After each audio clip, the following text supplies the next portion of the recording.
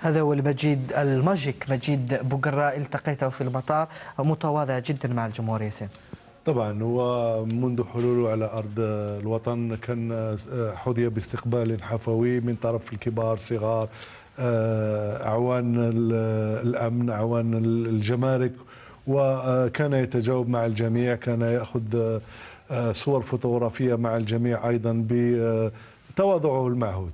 طبعا هشام سآتي إليك بعد لحظات، لأننا سنتحدث عن بلحي هذا الحارس الذي التحق بالمنتخب الجزائري. الكثير لم يسبق وأن شاهد هذا الحارس، لكن هذه المرة هشام فضل أن يختار لكم بعض الصور لهذا الحارس الذي يبدو بأنه عنده إمكانيات كبيرة جدا. هاي الصور هشام. فعلا حارس ممتاز، له الكثير من المؤهلات سواء بدنيا أو فنيا. ستتحدث عن العروض، عن تجاربه في نادي كبير كريم، تنقل في العديد من الأندية وخاض الكثير من التجارب.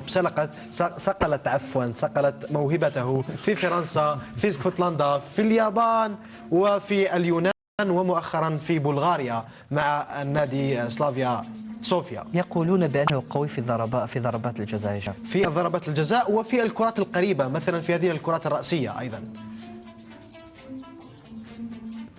اختياره لم يكن صدفة من قبل الطاقم الفني الوطني. ضربات الجزاء كيف يصدها بولحي، حتى البنية المورفولوجية